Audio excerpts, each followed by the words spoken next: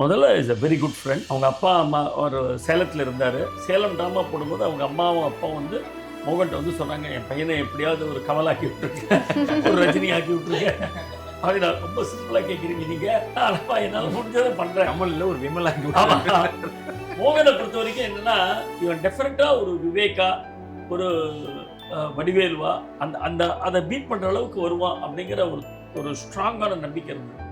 இதில் இன்னொரு பெரிய ப்ளஸ் பாயிண்ட் என்னன்னா, apart from acting he has got the ability of writing. நல்லா எழுதக்கூடியவன், ஒரு நல்ல நகைச்சுவை. எங்கள் நாடகத்தில் நீங்கள் பார்த்தீங்கன்னா he was ஆல்மோஸ்ட் ஒரு 10 to 12 இயர்ஸ் இருந்தார். அந்த 12 வருஷத்தில் நிறைய கான்ட்ரிபியூட் பண்ணிருக்காரு ட்ராமாக்காக. இப்போ லேட்டஸ்ட் பிளே நான் சாக்லேட் கிருஷ்ணாநிதிக்கு 1800 ஷோ போட்டிருக்கேன். ஒரு வாட்டி நான் சொல்லுவேன், அந்த ஃபர்ஸ்ட் சீனில் ஒரு 3 ஜோக்கு, பெஸ்ட்டாக போகிற ஜோக்கு சதீஷோட ஜோக்கு.